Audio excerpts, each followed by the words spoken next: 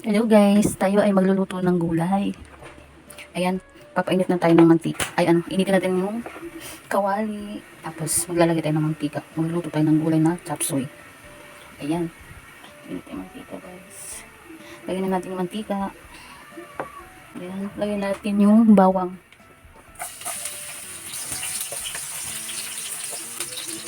Antayin natin mag-brown yung bawang guys. Then sundan natin yung sibuyas. Tapos guys, sundan natin yung chicken fillet.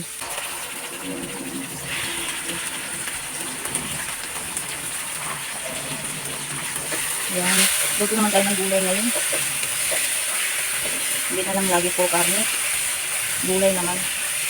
Ayan, halo-haloin lang natin. Lagay natin yung corn. Tawag nila ay corn.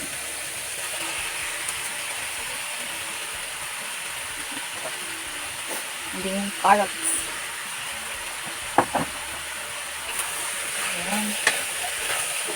Lagyan natin ng tubig guys. Lagyan natin ng paminta. Ayan guys, tingnan natin. Ayan, maglalagay na tayo ng asin. Then lagyan na natin itong broccoli at chocolate guys.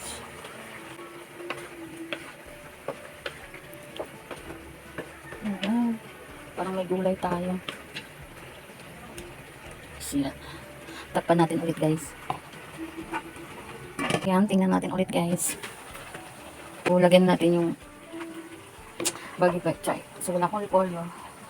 Ito na lang. Ayan. Ang dami. Ang dami, tingnan natin. Kung magkasya. Dagdag natin yung natira. Ubus na natin. Halo-halo lang natin. Ayan. So, dami gulay. Lagyan na natin ito. Charo. Hindi. Bell pepper. Mix ulit.